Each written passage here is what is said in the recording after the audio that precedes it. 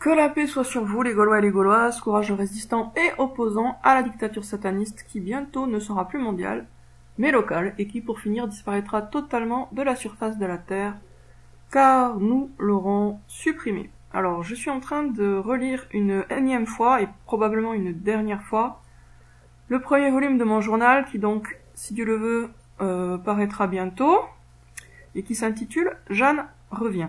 Alors maintenant, voilà, donc ça c'était juste pour vous informer. Je reviens sur les propos d'À bout de souffle. Donc je suis en train de continuer à écouter sa vidéo et on va reprendre un petit peu. Hop. Elle met en danger le dogme. Elle met en danger, elle critique le dogme actuel. Elle critique nos habitudes, tout. Les gens vont pas y croire, pourquoi? Pas parce qu'ils distinguent le gros et le faux, mais tout simplement, pourquoi? Parce que ça va à l'encontre de leur dogme. Et si il était faux et contient des choses qui critiquent notre dogme, eh bien il réagirait exactement de la même manière. C'est ça quand je dis que le livre soit vrai ou faux, ou que la prophétie soit vraie ou fausse, les gens ne croiront pas, on ne croit pas automatiquement quand ça va contre notre habitude. Et ça c'est un instinct qui est normal, qui est logique. C'est normal, c'est logique. Tu vois, c'est ça que je voulais dire. C'est pas le vrai et le faux c'est pareil, le paradis et l'enfer c'est pareil, être gentil et méchant c'est pareil, c'est pas du tout ça, c'est pas ça que j'ai dit. C'était un peu plus poussé que ça quand même. Bon, je sais que je suis pas un littéraire, je suis architecte, tu vois, je peux te faire le plan de ta maison si tu veux, je suis pas littéraire, mais je suis pas non plus complètement handicapé, quoi. C'est pas ça que j'ai dit. Que ce soit un faux, je suis pas un menteur, parce qu'avec ça, t'as quand même compris que j'étais un menteur. Ou que ce soit un faux, vous y croirez pas. Vous y croirez pas, même si c'était vrai. Oui, donc, aveu que c'est faux. Donc, cette façon de formuler la phrase, elle est très troublante et elle est mauvaise, quoi. Oui, parce que t'as pas compris, toi, en fait, que quand un livre descend, il remet en question une religion qui est unanimement adoptée. Et c'est en cela que les prophètes ont toujours été maltraités. Voilà, bon ben là, en fait, À bout de souffle dit d'un côté que finalement, un nouveau livre est toujours rejeté parce qu'il dérange, qu'il soit vrai ou faux, mais en même temps, on voit bien qu'il pense aux véritables révélations, puisqu'il dit, quand un livre descend, bah si le livre descend, c'est qu'il vient du ciel, hein, c'est pas le mensonge qui descend, hein. Parce que descendre implique un mouvement du haut vers le bas, et donc quand un livre descend, présuppose qu'on parle d'une authentique révélation divine. Donc d'un côté, là il y a une petite contradiction, désolé mais je continue à avoir une contradiction, c'est que d'un côté, à bout de souffle, tu dis que un livre nouveau, qu'il soit vrai ou faux, va déranger les habitudes établies, et d'un autre côté, tu dis que c'est quand un livre descend qu'il dérange. Alors, je suis d'accord pour dire qu'un livre qui descend dérange, c'est-à-dire qu'une révélation divine va forcément déranger. Par contre, je ne suis pas du tout d'accord pour considérer que c'est pour les mêmes raisons qu'on refuse de croire à la vérité et qu'on refuse de croire au mensonge. Parce que, par exemple, si vous ne croyez pas à un mensonge, c'est forcément et automatiquement pour des bonnes raisons. Enfin, presque automatiquement. Si vous ne croyez pas à un mensonge, c'est que vous avez décelé, par exemple, des contradictions dans le message. C'est que ça contredit ou ça va en conflit avec votre saine nature, avec ce que vous savez déjà et dont vous êtes absolument sûr que c'est vrai. Donc les raisons pour lesquelles on refuse de croire à un mensonge sont différentes des raisons pour lesquelles on refuse de croire à une vérité révélée. En fait, c'est pas les mêmes raisons. Donc, dire que un nouveau livre est toujours dérangeant et donc on refuse de le croire, ben je répète encore, mais c'est toujours vrai, c'est considérer qu'on va refuser la vérité pour les mêmes raisons que l'on refuse le mensonge. Or, c'est faux, c'est pas pour les mêmes raisons. C'est pas pour les mêmes raisons qu'on refuse la vérité et le mensonge. Et À bout de souffle lui-même, en fait, tout en disant que voilà, dans les deux cas, ça va créer une réaction, une opposition. Lui-même, en réalité, il est en train de penser uniquement aux véritables révélations, puisqu'il dit bien quand un livre descend. Donc c'est pas un livre du diable qui descend. Si on parle d'un livre qui descend, on parle bien d'un livre qui descend du ciel. Et donc là, on rentre dans le cadre des révélations divines. Et pour ce qui est des révélations divines, oui, je suis d'accord avec lui, une révélation divine, elle est toujours dérangeante. Sur ce point, on est tout à fait d'accord. Mais par contre, non, un livre qui est faux, il ne descend pas déjà, et deux, si on n'y croit pas, c'est pas pour les mêmes raisons. C'est pas parce qu'il nous dérange. C'est parce qu'on sent, on a quand même une balance interne, un discernement, un jugement, et donc avec une logique. Et donc on sent, avec notre discernement, notre logique, notre jugement, etc., avec toutes nos facultés mentales, etc., plus notre intuition, on sent qu'on a affaire à du toc, à du faux, à un fake. Alors on continue. Une religion qui est unanimement adoptée. Et c'est en cela que les prophètes ont toujours été maltraités, tués, calomniés. Ça a toujours été comme ça. Oui, les prophètes. Mais il y a des imposteurs qui ont aussi été tués, ça arrive quand même, hein. Tous les imposteurs n'ont pas la vie sauve. Alors après, effectivement, les imposteurs, comme par exemple l'auteur de Conversation avec Dieu, c'est un imposteur. Lui, sa fausse révélation, elle l'a rendu riche. Voilà. Mais alors que le prophète Mohammed, ça lui a surtout apporté des ennuis, sa révélation. Mais de toute façon, mais après il y a des imposteurs aussi qui vont avoir des ennuis. Donc c'est pas, par exemple, Rasputin, pseudo-envoyé de Dieu, a été assassiné. Donc le fait d'être maltraité et assassiné ne prouve pas non plus qu'on est un authentique envoyé de Dieu. En fait, il y a tous les cas possibles. Il y a des envoyés de Dieu qui ont du succès, de la richesse. Il y a eu Salomon par exemple. Et puis il y a eu beaucoup aussi d'envoyés de Dieu, la majorité, qui eux ont été persécutés. Et inversement, il y a eu des faux prophètes qui ont eu beaucoup de succès matériel, beaucoup de richesse, beaucoup d'honneur, beaucoup de gloire, et des faux prophètes qui ont été massacrés. Donc c'est arrivé, hein. Il y a eu vraiment tous les cas. Donc on ne peut pas se fier à la réaction des gens pour savoir si on a affaire à une authentique révélation ou pas. Le fait que le texte soit refusé n'est pas un critère pour dire c'est vrai. Et le fait que le texte soit accepté n'est pas un critère pour dire c'est faux ni l'inverse. Donc la réaction des gens ne doit pas être considérée comme un critère valable. Après c'est vrai que d'une façon générale, une nouvelle révélation, au départ, elle va susciter quand même pas mal de résistance. Alors que ce soit un prophète, que ce soit un vrai prophète, une vraie révélation, mais même aussi un fou, s'il vient avec des choses qui vont à l'encontre. Mais moi j'ai tendance à dire qu'un faux, il réunira plus facilement des adeptes. Oui, alors là, lui il pense que les faux prophètes réunissent plus facilement des adeptes. Bah oui, mais comme je vous dis, il n'y a pas non plus une règle absolue, en ce sens que il y a des faux prophètes qui ont très mal terminé. Ils ont eu des adeptes, mais au final, ils ont tout perdu, ou ils sont finis assassinés, massacrés, etc.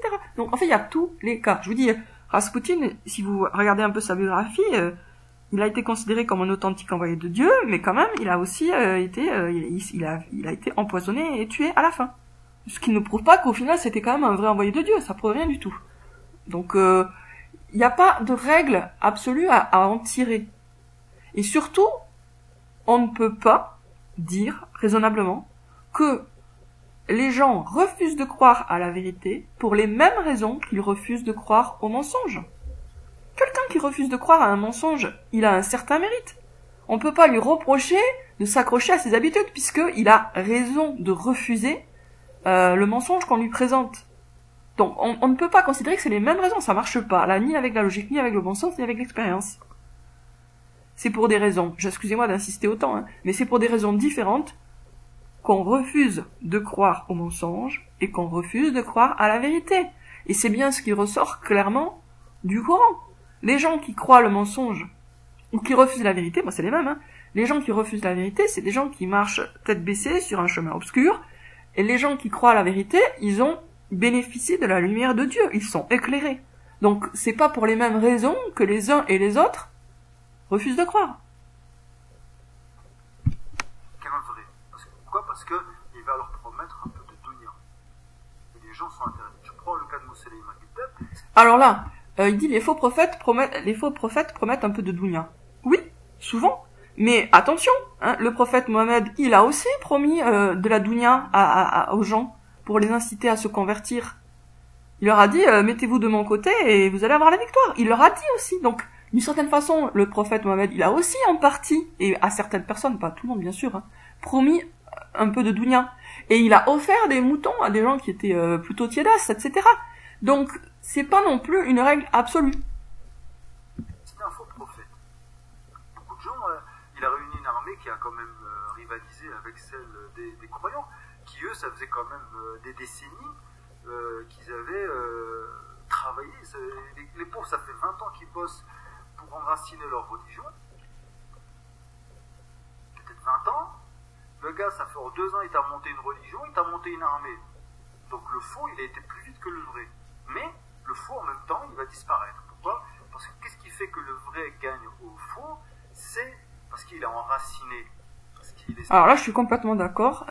Effectivement, les mensonges, ça se propage beaucoup plus vite que les vérités. Et on a raison de dire que le mensonge prend l'ascenseur tandis que la vérité prend l'escalier. Par contre, la vérité, elle reste, alors que le faux finit, louange à Dieu, par disparaître. Je suis tout à fait d'accord. Maintenant, parfois, il arrive que le mensonge quand même dure assez longtemps. Hein. Regardez la théorie de l'évolution, ça fait longtemps qu'elle est dans le paysage. Et la Terre ronde, n'en parlons pas assez long. Mais bon, ça finit par disparaître, oui, heureusement. C'est solide, parce que c'est un chêne, parce que c'est une bonne graine. C'est une bonne graine. Et ces obstacles-là... D'ailleurs, juste une parenthèse sur le fait que la bonne parole est une parole bien enracinée, c'est un arbre aux racines profondes. C'est bien ce que Dieu dit dans le Coran. Et pourquoi enraciné? Parce que la vérité, c'est la parole qui correspond au réel. Donc et là, qui est figurée par la terre, quoi. L'arbre est enraciné parce que la parole de vérité, elle est connectée à la réalité. Elle correspond précisément à la réalité. Alors que le mensonge, lui, il est déconnecté du réel. C'est un discours, un blabla qui n'a pas de lien solide, il n'a pas de connexion avec la réalité. Enfin là, je dis un truc qui est relativement évident et qui est dans le Coran, mais bon. C'est ça qui les fait renforcer. C'est comme moi les hyènes, ils me renforcent en fait. Donc l'ennemi vous renforce toujours en fait. L'ennemi vous renforce toujours. Donc c'est logique ce qui s'est passé. Donc le Moussaïlima al-Kadhdhab, et il y avait des musulmans qui ont cru à Moussaïlima al-Kadhdhab, et après qu'ils sont revenus. Oui, bah alors justement, effectivement, il y a eu des musulmans qui ont cru à un faux prophète. Ça montre bien que les musulmans, nous les musulmans, ne sommes pas immunisés contre les faux prophètes. Et donc, ça peut arriver qu'on adhère à un truc qui est en fait du grand n'importe quoi, comme le livre condensé du rappel ou le livre du rappel condensé, je sais plus lequel des deux titres est le bon. Mais il y a des musulmans qui l'ont suivi, ils ont été charmés, et puis il y en a qui ils avaient la foi claire. Ils ont été charmés. Alors justement, par rapport à ça, moi je me permets de donner un petit conseil à toute personne, y compris à bout de souffle du coup, qui a tendance à penser que l'auteur du rappel condensé, là, l'auteur du livre condensé du rappel, est Dieu. Je vous suggère de faire cette invocation, qui moi m'a délivré d'un faux madi. C'est Ya Allah, si tu aimes l'auteur du livre condensé, fais que je l'aime, et si tu le détestes, fais que je le déteste. Voilà, c'est une petite invocation toute simple. Faites-la 5 ou 6 fois, vous y verrez plus clair, en demandant sincèrement à Dieu. Ya Allah, si l'auteur du livre condensé, si tu aimes l'auteur du livre condensé, fais que je l'aime. L'auteur, c'est-à-dire la personne qui l'a mis par écrit, hein. Et si tu le détestes, fais que je le déteste. Et vous verrez, ça va vous ouvrir les yeux. Mais toi, tu pars toujours du principe tu parles pour toi, en fait. Tu parles pour toi, tu dis, moi, c'est vraiment n'importe quoi. Oui, mais il n'y a pas que toi. Moi, non, je parle pas pour moi. Quand je dis que le livre du rappel condensé, c'est n'importe quoi, je suis pas en train de donner juste une opinion personnelle. Je peux apporter des preuves. Alors après, j'ai pas forcément envie de passer 3 heures ou 4 heures à disséquer ce texte qui est nul, quoi. Mais je peux le faire. Et d'ailleurs, j'ai déjà donné suffisamment d'arguments. Dieu n'est pas pacifiste dans le Coran. Dieu ne pense pas qu'on peut vaincre les mécréants par la douceur. Il parle bien de la nécessité de la lutte armée. Or, dans le pseudo-livre, là, pseudo-révélé, non, c'est par des méthodes totalement pacifiques et pacifistes qu'on est censé gagner contre les méchants. Alors que les méchants d'aujourd'hui sont bien pires que les méchants de l'époque. Et malgré le fait qu'on a en face de nous des satanistes qui sont prêts à tuer n'importe qui sans le moindre état d'âme et qui tuent des gamins, la solution face à ces gens-là, ça serait de dire peace and love et de sortir de chez soi et de s'y diriger sans armes vers l'ennemi. Pourquoi? Pour qu'il nous tue. Donc ça n'a aucun sens. C'est vraiment en contradiction avec le Coran. Donc c'est pas selon moi, c'est selon la logique et le bon sens. Alors après, on peut ne pas aimer la logique et le bon sens, mais là, bon. Donc c'est pas selon moi, hein. On parle d'une règle générale qui est que qu'un livre qui dérange soit vrai ou qu'il soit inventé, on ne croira pas s'il change, s'il touche à notre, s'il remplit la fonction d'une prophétie. Bon, je répète, on peut pas considérer que c'est pour les mêmes raisons qu'on refuse de croire à la vérité et qu'on refuse de croire au mensonge. Qui est de changer les dogmes. Et là, en plus, il repart sur l'idée que c'est la prophétie. Si c'est la prophétie, c'est vrai. Donc lui-même, tout en disant que dans les deux cas, vrai et faux, ça aura ce résultat-là, on voit bien qu'il pense à vérité. Qui est d'aller à l'encontre de ce qui est unanimement adopté. Je ne sais pas si je peux te comprendre. C'est ça, moi, que je voulais dire. Ben oui, mais je suis pas d'accord, parce qu'en fait, il y a tu mélanges à bout de souffle deux points de vue. Dans l'un, tu considères que c'est la vérité qui dérange, et là, je suis totalement d'accord avec toi, et dans l'autre, tu considères que c'est la vérité ou le mensonge qui dérange. Mais non. Le mensonge ne dérange pas. Le mensonge, il va séduire les personnes qui sont prédisposées à le croire, soit parce qu'elles croient déjà d'autres mensonges qui y ressemblent, soit pour des raisons X ou Y. Il y a des milliards de raisons de croire à un mensonge. Mais c'est pas parce qu'il dérange qu'on va refuser d'y croire, au mensonge. En général, si on refuse de croire à un mensonge, c'est parce que on a compris que c'est un mensonge, tout simplement. Et pas parce que il nous dérange. Je vous donne un exemple. Si moi on me dit non, il n'y a pas de jour du jugement, ouais, ça, l'idée me dérange, mais je vais pas y croire parce que je suis absolument sûr que c'est faux. Donc, c'est pas parce que ça me dérange que je n'y crois pas. Je n'y crois pas parce que je suis sûr que c'est faux. Et, d'une façon générale, c'est la meilleure raison de ne pas croire à quelque chose, c'est qu'on a compris que c'est faux. Ce que je veux dire, c'est que si demain, pas Tarek, on va dire Tarek, tiens, on va dire Tarek, bon, après ils vont me dire non, je dis pas que c'est un prophète. Bref, tu prends un gars qui vient avec une prophétie, qui commence à séduire des gens, Il y a des gens qui vont y croire. Et il y a des gens qui vont pas y croire parce qu'il va leur dire, il va proposer une religion qui leur va pas, donc les gens vont pas croire. Mais pour qu'on sache si cette prophétie sera vraie ou fausse, s'il y a un doute, eh ben on le saura avec l'épreuve du temps. Avec l'islam, ce qui s'est passé, c'est que... je suis d'accord, oui, c'est le temps qui va... De toute façon, ça c'est une réalité, oui, absolument. C'est que le temps révèle les vérités cachées. Le temps met les secrets les mieux enfouis au grand jour. Le temps fait tout ressortir. Ça c'est vrai. Ça, je suis totalement d'accord avec lui. Et c'est vrai que après on ne peut avoir des certitudes intimes, mais elles seront confirmées ou infirmées par le temps. Ça c'est certain. Et là, par exemple, ce texte, je vais peut-être pas m'acharner dessus, le livre Condensé du rappel, parce que moi personnellement, je suis persuadé que c'est un fake qui n'aura pas de succès. Alors après, si malgré le fait que c'est un fake, parce que c'est un fake, il a du succès, là peut-être je reviendrai dessus pour le disséquer un petit peu.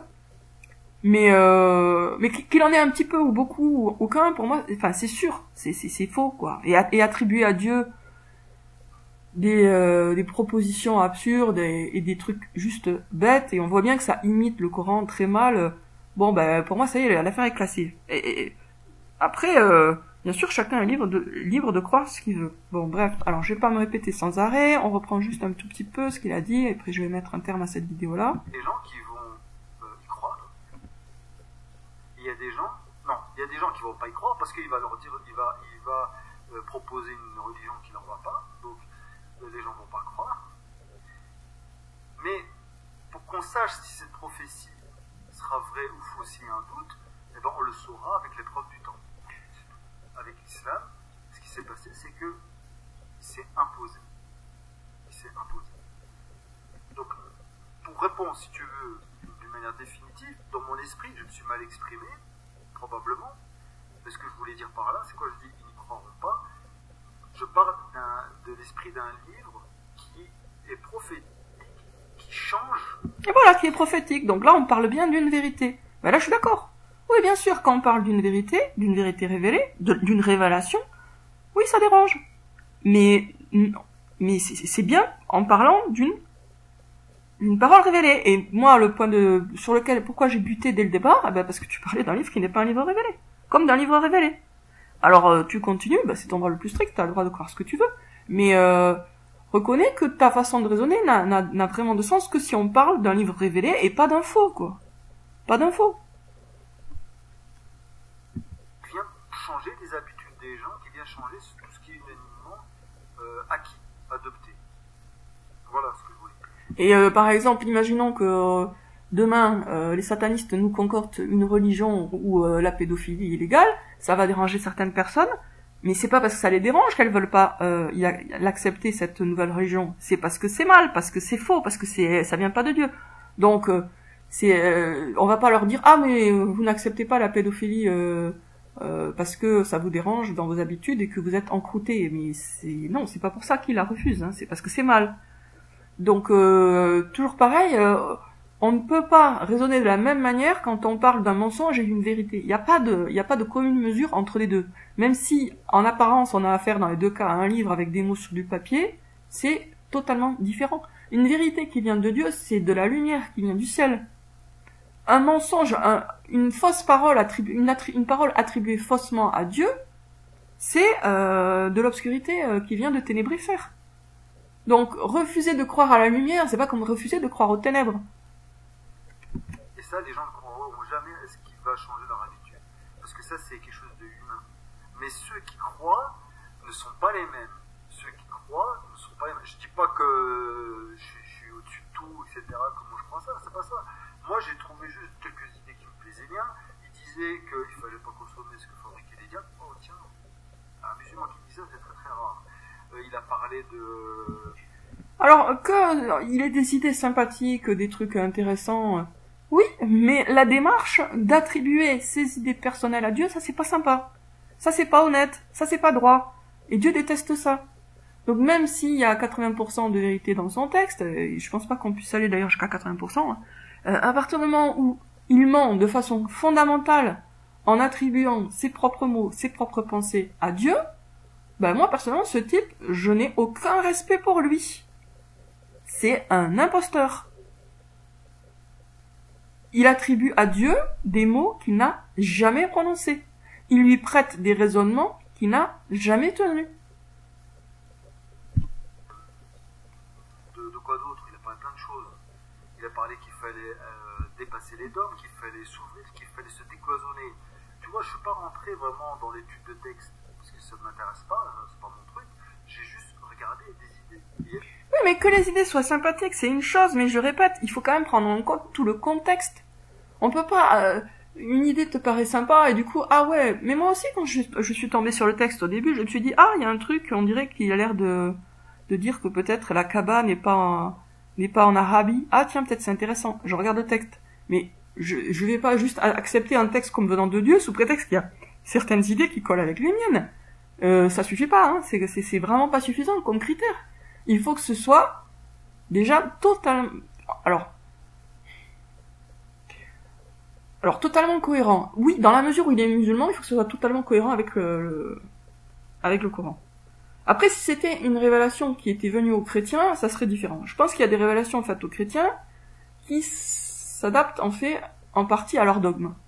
Donc pour moi, ça peut être authentique, même si ça colle pas vraiment pas totalement, avec l'islam. Parce que Dieu peut faire une révélation qui a certaines limites, parce que voilà, il s'adresse à des chrétiens. Mais là, c'est un musulman. Donc c'est un musulman qui est soi-disant le récepteur du message. Donc la moindre des choses, c'est que il y a une cohérence totale entre le message qu'il a reçu et le message du Coran, surtout sur des points vraiment évidents, comme la guerre. C'est un point évident, ça. En plus, est-ce que vraiment vous voyez Dieu dire à propos d'une femme dont on sait même pas qui c'est. Ah oui, elle a ses qualités et ses défauts. Mais c'est quoi ça? C'est Dieu ou c'est le café du commerce? Elle a ses qualités et ses défauts. Waouh, Dieu parle vraiment pour ne rien dire. Excusez-moi, mais je suis ironique, bien sûr. Dieu parle toujours pour une excellente raison. Et là, il lui attribuait des paroles complètement vides, quoi. C'est du blabla. Elle a ses qualités et ses défauts. C'est du pur blabla. Je vous cite là une phrase du livre Condensé du rappel. Il y a des idées qui sont quand même vachement bonnes. Elles sont bonnes. Après, oui, mais là, le problème, c'est que des idées qui sont bonnes et qu'on attribue à Dieu alors qu'il les a jamais prononcées, c'est une démarche perverse. C'est un faux prophète. Il fera pas long feu. Ouais, il fera pas long feu, mais bon, c'est pas un ensemble pour lui faire de la pub. Oui, je suis d'accord, il fera pas long feu. Si c'est un vrai, j'en sais rien. On n'a jamais vu comment ça se passait une révélation. Bah, si c'est en vrai, j'en sais rien. Bah, le contenu nous donne des signes, de grands signes, pour savoir si on a affaire à quelque chose qui peut être vrai ou quelque chose qui ne peut pas être vrai. Mais il y a tous les signes que ça ne peut pas être vrai. On n'a jamais vécu du temps des prophètes, hein. Je sais pas comment c'était. Ah, mais moi je parle pas de la manière dont ça se déroule. La révélation, elle peut se dérouler n'importe comment, il n'y a pas de critères. Il n'y a pas forcément besoin qu'il reçoit le message d'une certaine manière. C'est pas ça la question. C'est le contenu même. Le contenu.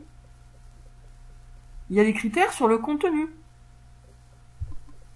Le professeur là, tu dis que c'est un livre qui est super mal foutu, c'est bourré de fautes, c'est bourré de syntaxe, c'est vraiment n'importe quoi.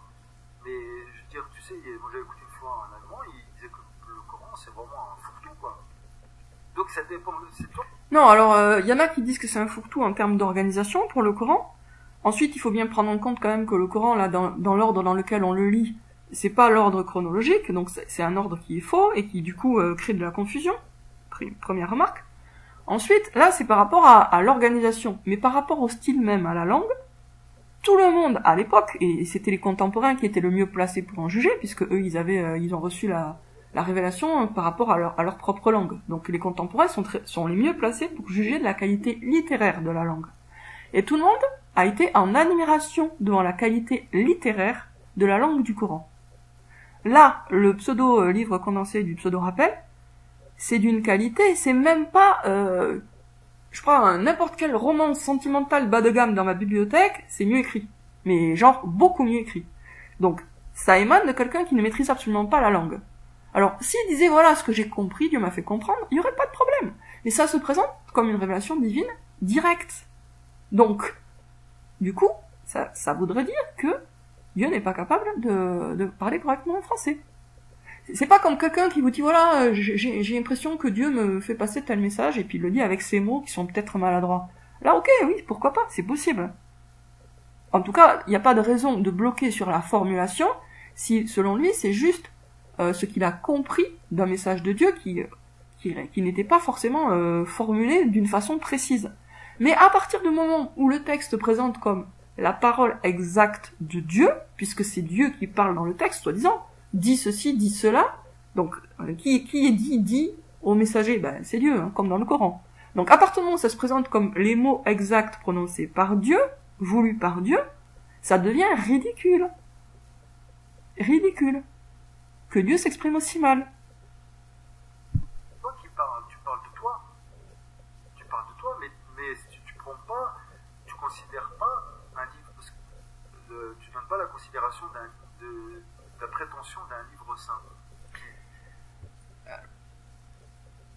Je vous donne un exemple.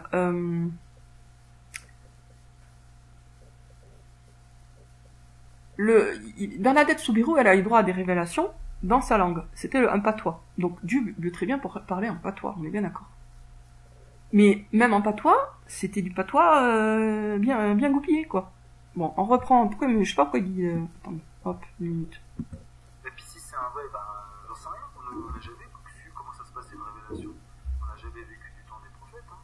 Je sais pas comment c'était. Le professeur là, tu dis que c'est un livre qui est super mal foutu, c'est bourré de fautes, c'est bourré de syntaxe, c'est vraiment n'importe quoi.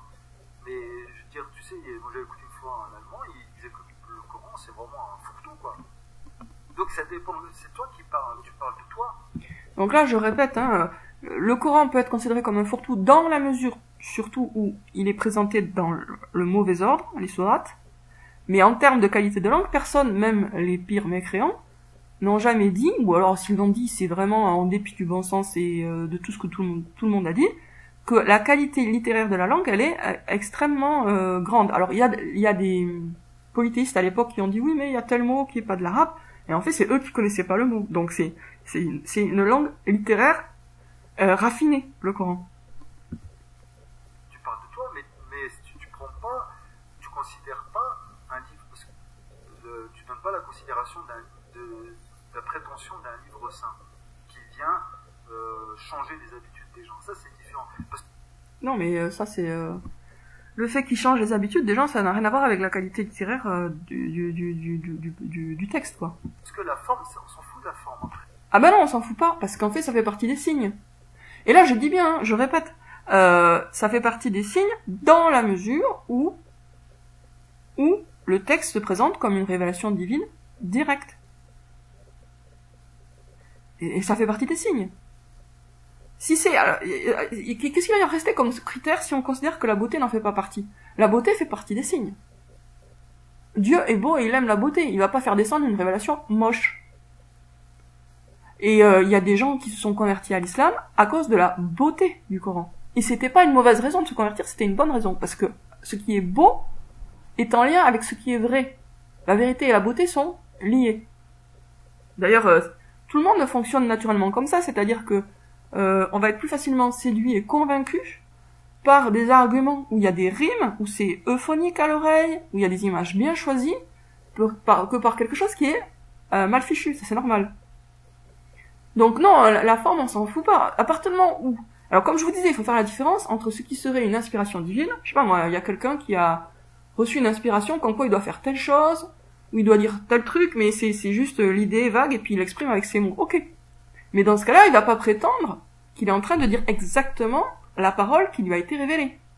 Or, c'est bien ce que fait l'auteur du livre Condensé du rappel. On s'en fout de la forme, parce que la forme, elle peut être revue et visitée pendant 1000... Non mais la forme, elle peut être revue et visitée. Si c'est une révélation divine, elle n'a pas à être revue et visitée. Ça veut dire sinon qu'on est en train de modifier aussi le fond. La forme et le fond sont quand même liés. Donc on peut pas non plus transformer beaucoup la forme si on change pas un petit peu le fond. Donc par exemple, le Coran, il est protégé dans la forme pour qu'il soit protégé dans le fond. On peut pas modifier la lettre parce que de cette façon-là, il y a l'esprit qui est protégé. Alors il n'est pas protégé 100%, je suis d'accord. Il y a qu'à voir comment les traducteurs trichent, rusent, etc. Et les savants n'en parlons pas. Mais enfin, le fait qu'il y ait une protection sur la forme permet d'avoir une certaine protection sur le fond. Donc non, c'est pas... la forme est importante. 400 ans. La Bible, elle est parfaite parce qu'elle était vraiment comme ça au début. Le professeur Hassan était illettré. Tu dis... Mais justement, ça aussi, c'est un grand signe. Il était illettré. C'était pas un spécialiste. Et ce qu'il a reçu, c'est une révélation d'une haute qualité littéraire. Donc, c'est bien justement ce décalage entre le fait que lui, il avait aucune formation, il savait pas lire et il savait pas lire. Enfin, si on en croit les textes, hein, moi, j'en sais rien. Mais bon, on va croire les textes sur ce point-là, il ne savait pas lire. Il ne savait pas lire, il ne savait pas écrire.